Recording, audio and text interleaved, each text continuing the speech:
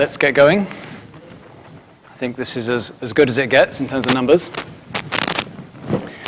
This session is everything foreign counsel might want to know about offshore litigation, but we're afraid to ask. And before I kick off, I just wanted to ask how many of you are foreign counsel for this purpose? That's to say, attorneys practicing other than in the offshore jurisdictions in this region. 1, 2, 3, excellent. Okay. This is doubtless why the organizers wanted me to do this talk alone. They were wanting to avoid the panel outnumbering the audience.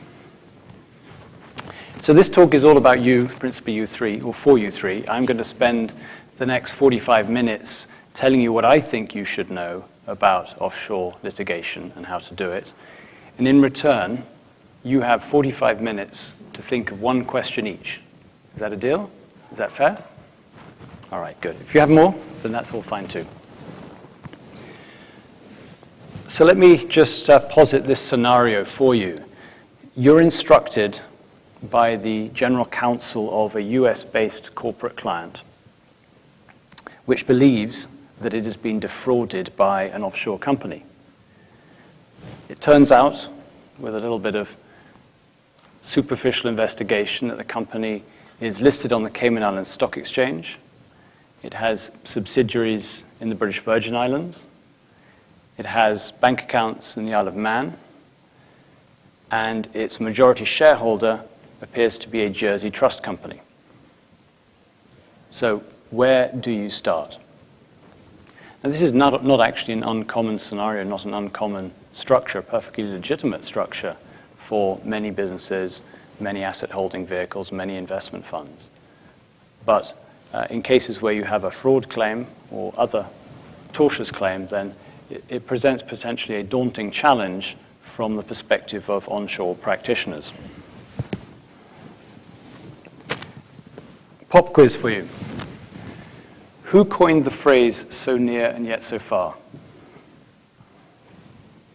Anyone? No? It's American, very famous. Mm-hmm. No? Close, but no. Actually, not very close at all. It was actually Cole Porter. He wrote that song in 1941 for a movie which is called You'll Never Get Rich.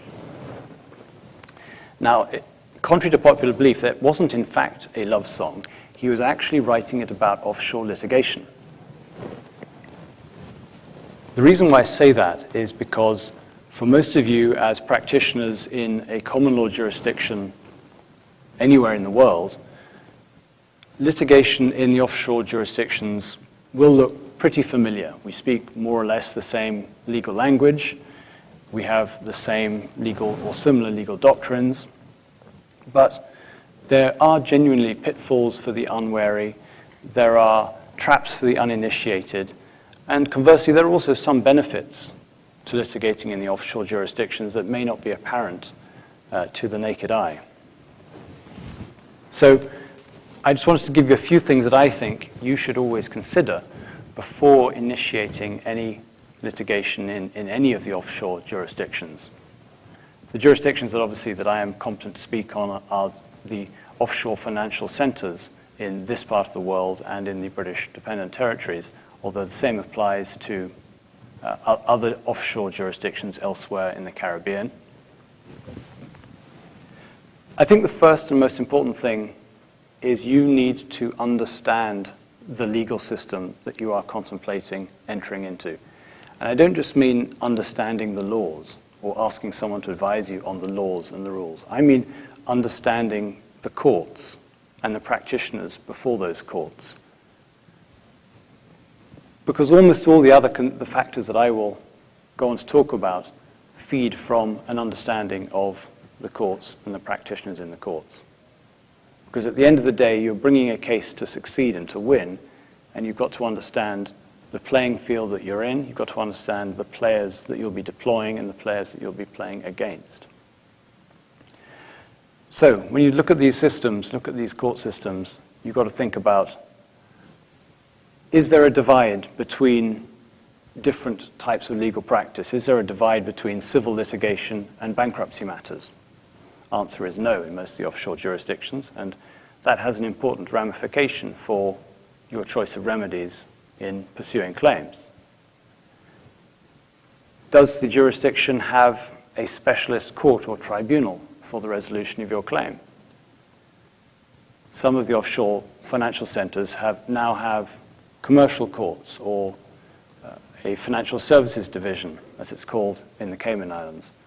Those are more expensive tribunals to appear in front of or to push your case through than in others, but it's almost always worth the price of admission.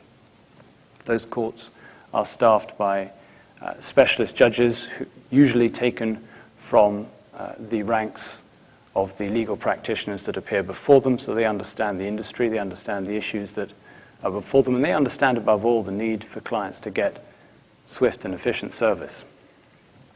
Let me just give you one example. I do a lot of fund dispute work, as you might imagine, being resident as I am in the Cayman Islands.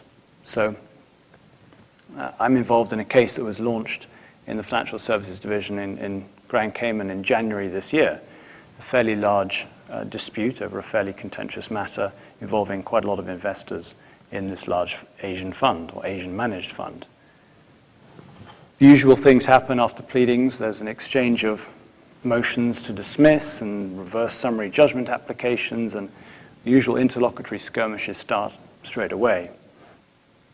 The judge calls everyone into his chambers for an impromptu case management conference or directions hearing. It says, I'm going to dismiss summarily all these applications. They're no good. It's not that they're no good, there's no point in them. I'm going to give advanced directions for trial. You won't need witness statements. I just want some discovery, exchange some skeleton arguments, understand what the legal issues are going to be. They're all going to be determined by the documents. And we're going to have a trial in June. And we are actually going to have a trial in June of a case that was started in January this year. This is not the first or the only time that I've been involved in cases that do that have seen this sort of expedition. And I've heard about it in other jurisdictions which have these courts and these judges as well. So it really is a tremendous boon to have that sort of facility. Another issue to think about when you're contemplating litigation in these courts is, actually, do you want to litigate or do you want to arbitrate? Do you have an arbitration clause that you want to enforce and to deploy, or do you have an arbitration clause that you want to avoid? Again, it's very important to know what the attitudes of the courts in these jurisdictions are towards arbitration clauses, towards arbitration generally. Do they have competent arbitrators on hand, on island, or not? Do they have modern UNCITRAL-styled arbitration laws, or not? Some do, some don't. There is a huge variety between the offshore jurisdictions in this respect. So the answers will be different depending on which jurisdiction you're looking at. And then finally, in terms of looking at your jurisdiction and its practitioners, what is the split between barristers and solicitors, attorneys? Is it a fused profession? Is it not a fused profession? How does it work? Because this will help determine the question that you need to answer to yourself is, well, what lawyers and what kind of lawyers do I need for the case that I'm going to bring? And conversely, what lawyers do I have to bring to the party myself using my own onshore counsel resources?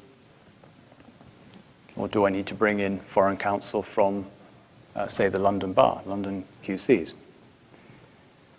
So once you understand the system, then you're a lot better placed to start looking at the remedies that will lead you to the successful outcome that you're looking for.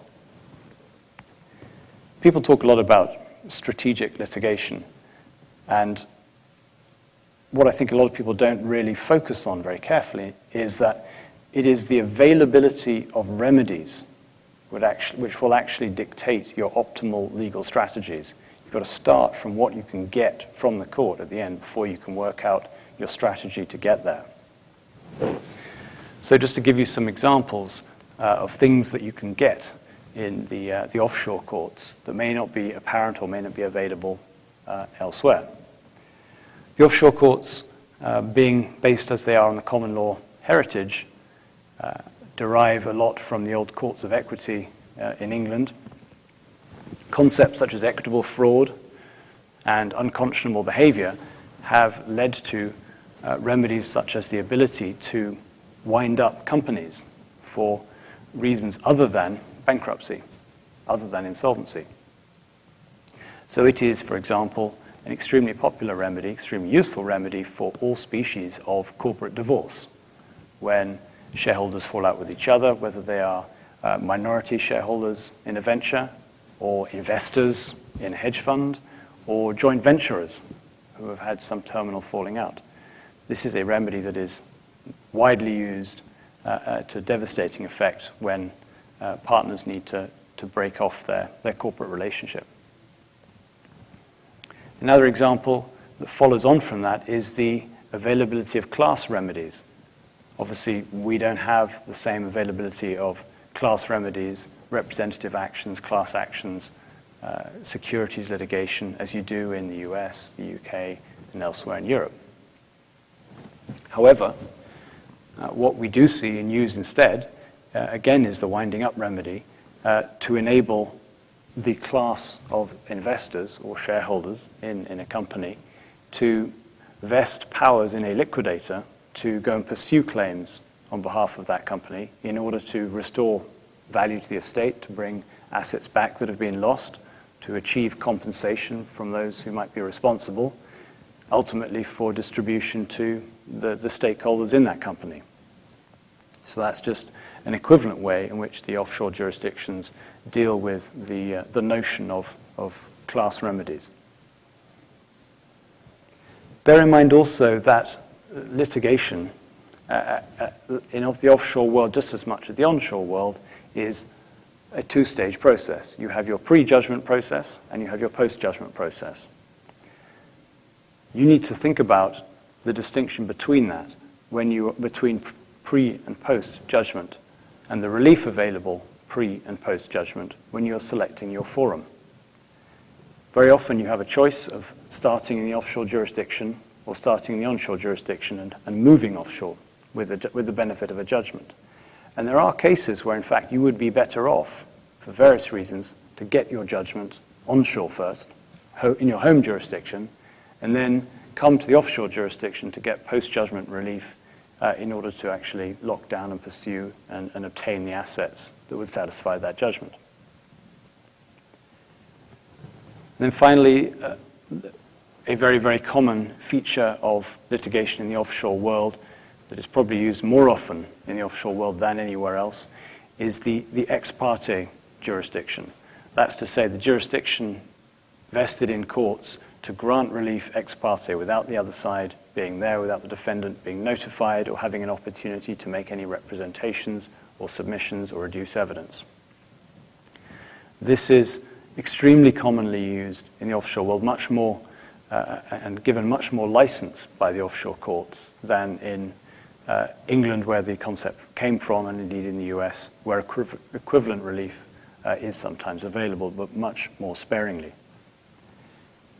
It's an extremely powerful remedy because, of course, it enables you to get ahead of time all kinds of relief against a defendant without them even knowing about it, to avoid tipping them off. But it comes with significant risks as well. Probably the most well-known price to pay for seeking relief ex parte is that you become under an obligation of what's called full and frank disclosure when you're facing a court on an ex parte application. This requires you to put all facts and matters and legal arguments, both good and bad, both for your case and against your case, in front of the judge when seeking that relief. And sometimes that burden is frankly very difficult to discharge, and there are cases where it's actually not worth the risk. There are cases where the best advice is you're better off waiting. You're better off having an inter partes hearing of your application rather than taking the risk of getting your relief ex parte and then having it overturned for some failure of disclosure, inadvertent or otherwise, and then the court is refusing to contemplate further relief on an inter partes basis. So getting ex parte relief is not always the be-all and end-all. It's not always the panacea for all your ills. So you understand the legal system, you understand the remedies that are available in the offshore courts, and as a result, you're starting to formulate a strategy that's going to get you the relief that you seek and ultimately the judgment you want or the assets that you're looking for. So this then turns you to the next phase, the third phase of your pre-litigation investigations into the relevant offshore jurisdiction, and that is looking for assets, and related to that, preserving those assets once you've found them. Now, this is probably one of the most misunderstood areas of litigation in the offshore world. There's a massive misconception about these jurisdictions as so-called secrecy jurisdictions, clouded in confidentiality statutes and similar, and also the attitude of the courts towards those that seek to pierce various corporate veils or to get relief or disclosure in relation to a defendant's assets ahead of judgment. In fact, if you track the evolution of jurisprudence in this area, it has been consistently led by the courts in the offshore jurisdictions for many years. The development of legal concepts that originally came from England have been picked up by various courts in the offshore world from Jersey to the BVI and have been developed way, way beyond what they were originally intended to achieve by the mother country. That is, I think, a fair illustration of the degree to which the courts in the offshore jurisdictions are, in fact, extremely keen to assist plaintiffs who have respectable fraud claims or similar claims against defendants in their jurisdictions. The courts have absolutely no interest in protecting such parties. So, what have we seen by way of evolution of those remedies? I think the first thing that's of note is the discovery remedies that you have available to you as a putative plaintiff in the offshore courts. There's a relief known as Norwich Pharmac relief, which is a form of discovery order that you can obtain against third parties, usually accompanied by a gagging order to avoid the third parties from tipping off your defendant. This was relief originally intended to enable a plaintiff to obtain from a third party who had innocently become mixed up in a fraudster's or other wrongdoer's conduct in order to assist the court by identifying the wrongdoer in question to enable a claim to be brought, a substantive claim to be brought against that wrongdoer. Since then, though, since that jurisdiction was originally created by an English decision, hence the name Norwich Pharmac, which is the name of the case, it's been expanded quite considerably by the offshore courts in the Isle of Man, Jersey, BVI, and the Cayman Islands in particular. So that now the relief you can get by way of Norwich Pharmac relief, third-party discovery, includes not only getting assistance in identifying the relevant wrongdoer, but also the very cause of action that you might have against that wrongdoer, and indeed the assets that that wrongdoer might have or might have parked with the relevant third party. So it really has become an extremely broad and wide-ranging remedy available to get early third-party discovery to enable you effectively to perfect your claim before you've even started, and to do so within the confines of a gagging order to enable you to analyze the evidence that the third party discloses and to bring your claim, or of course, if it turns out you were barking up the wrong tree, not to bring your claim and leave the defendant none the wiser. Another area where discovery orders have been expanded in their use in the offshore world is in aid of execution of judgment debts.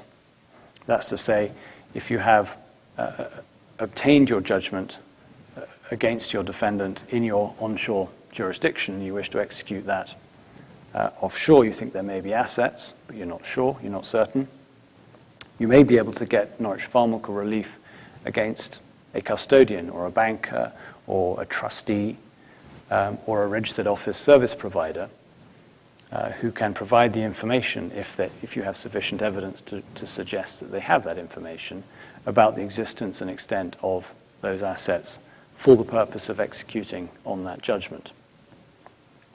That is an extremely common remedy in the offshore world now. As I said, something that wasn't, I think, originally within the contemplation of the English courts when the jurisdiction was invented, but now it is a routinely granted remedy. Another area where you may obtain disclosure is as an ancillary order to support a freezing order. I'll come on to talk a bit more about freezing orders, asset freezing orders, but the so-called Moreva injunction, as it was originally called, now relabeled asset freezing orders in modern nomenclature. Again, an invention of the English courts.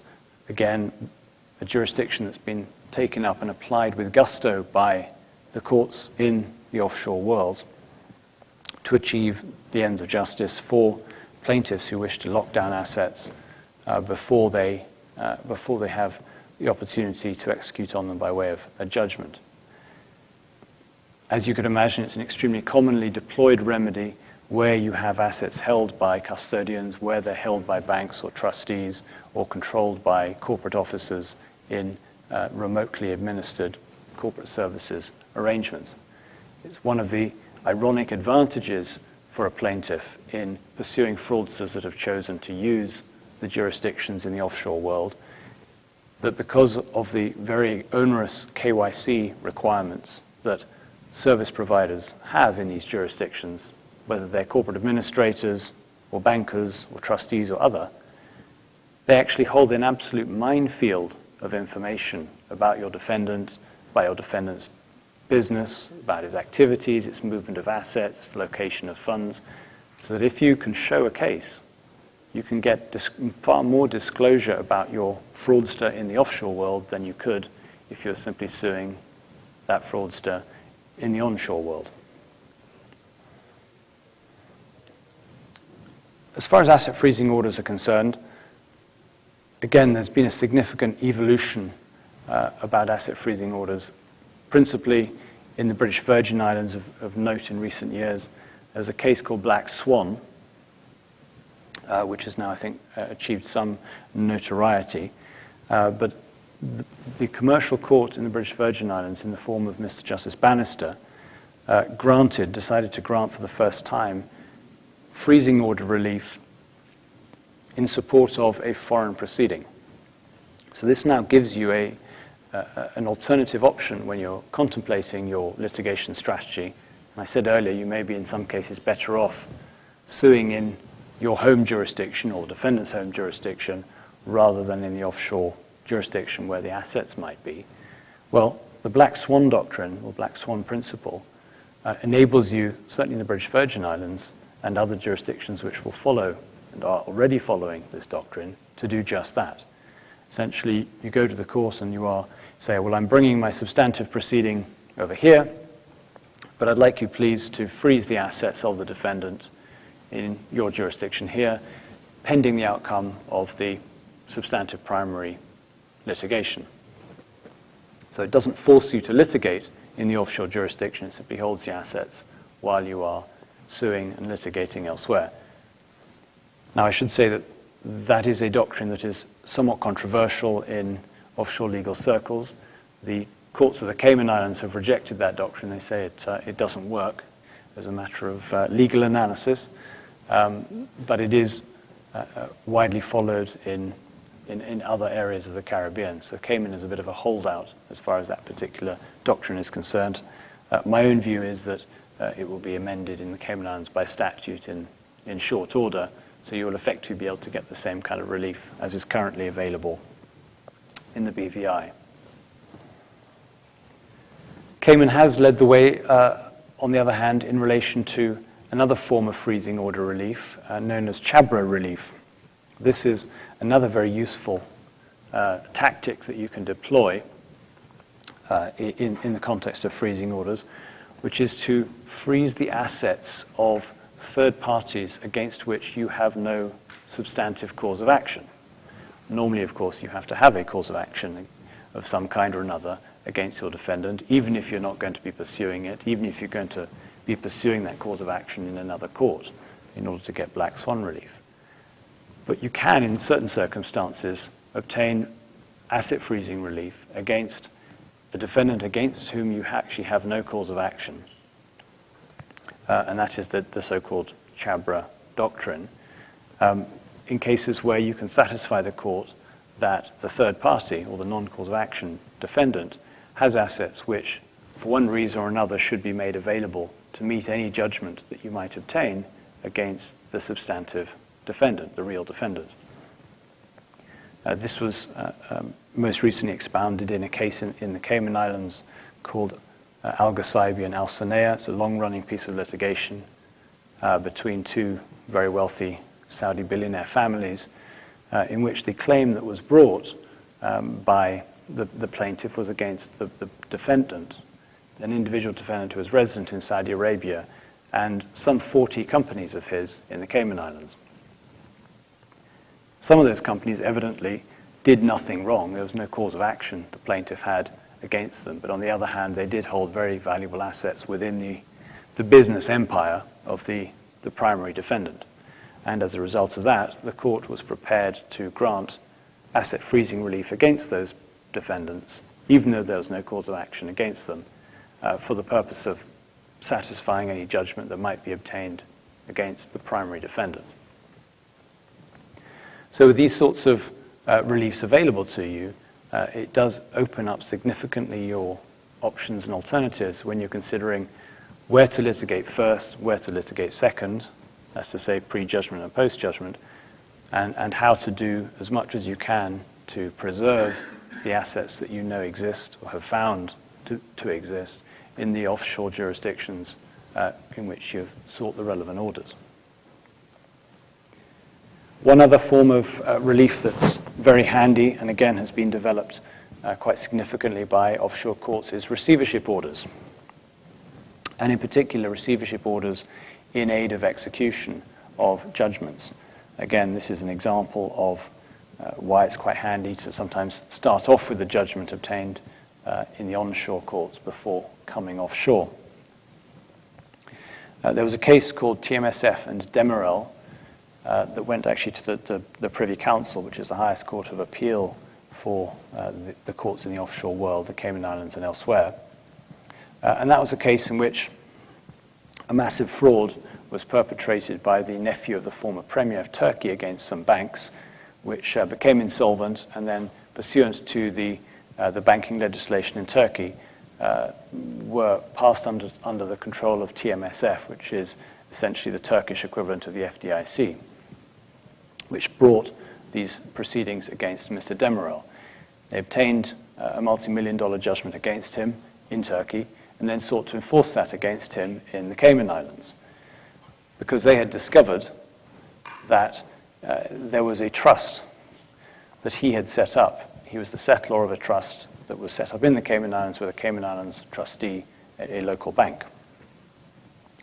This was a revocable trust, and so there was considerable concern that once the proceedings were issued, that he might revoke the trust and allow the assets to revert back to him and thereby be immune from execution through the Cayman courts.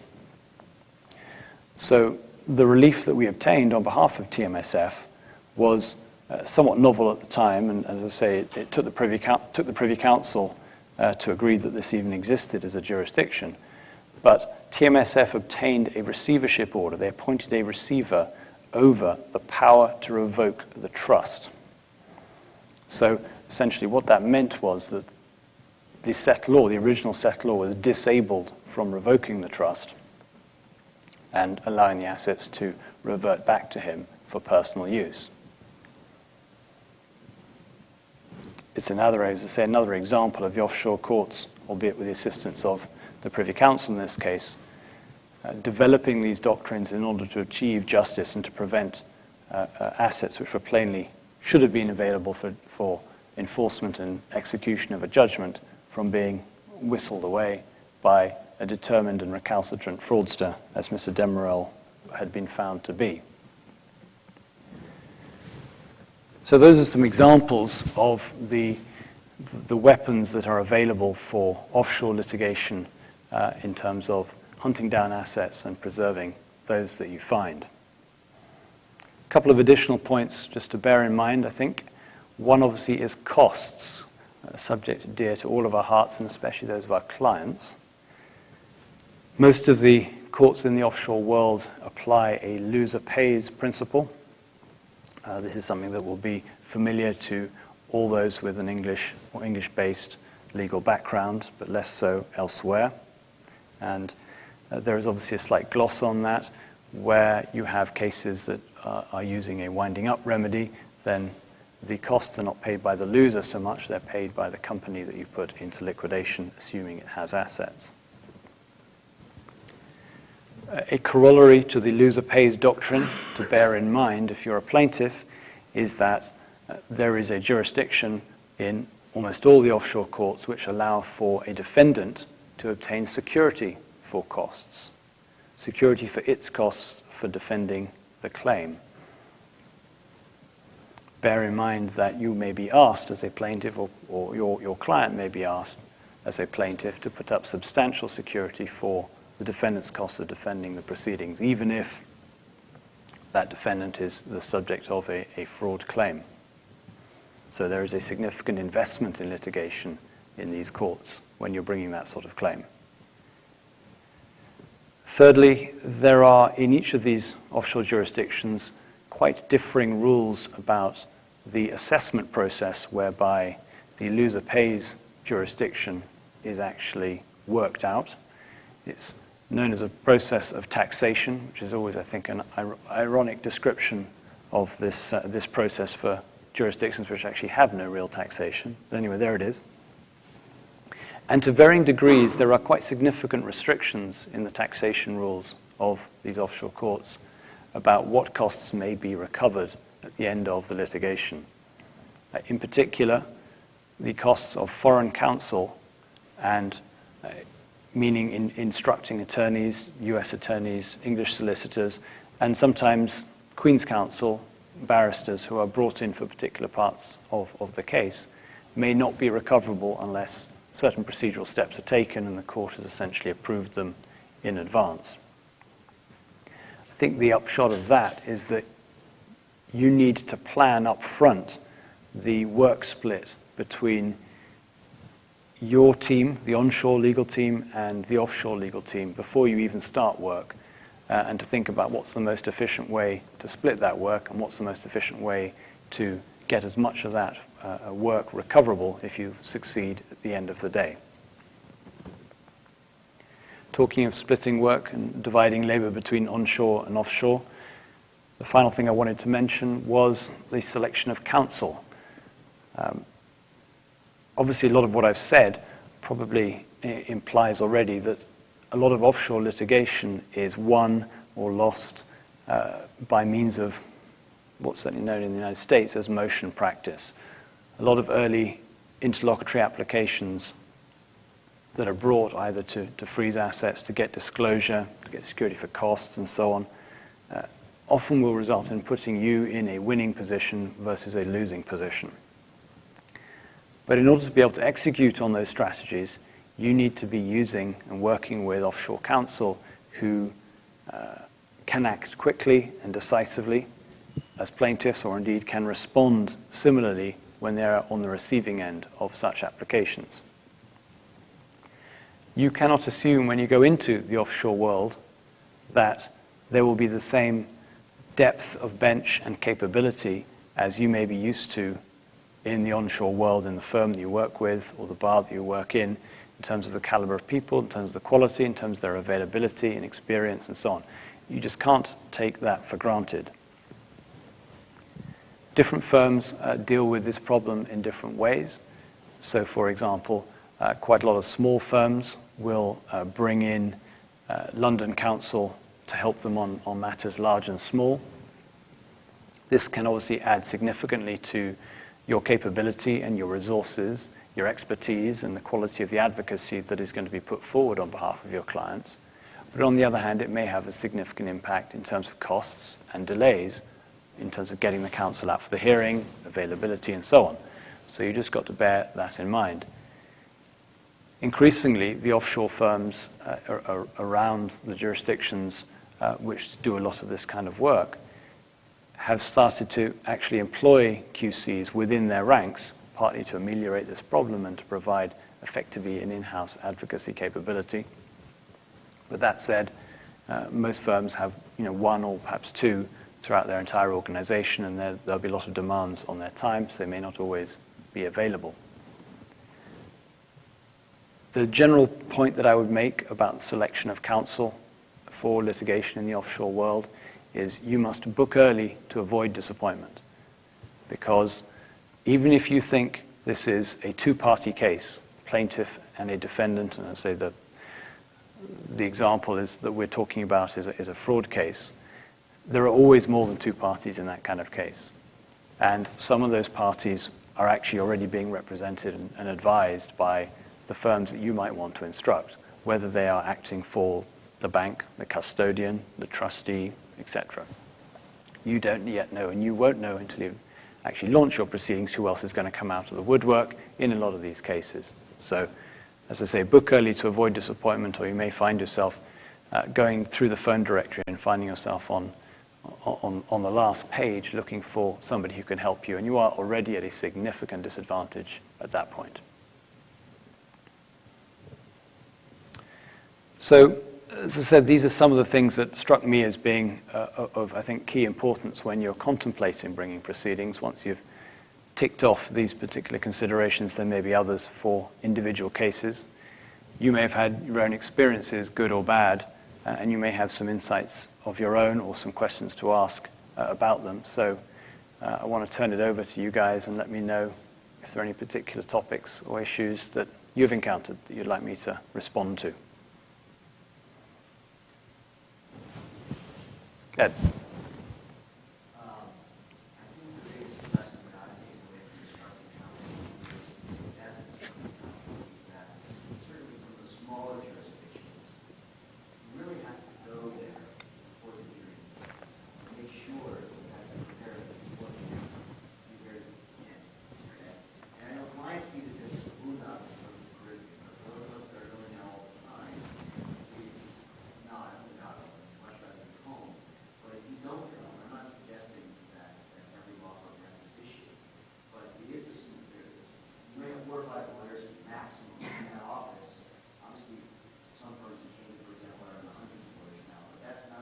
Mm-hmm.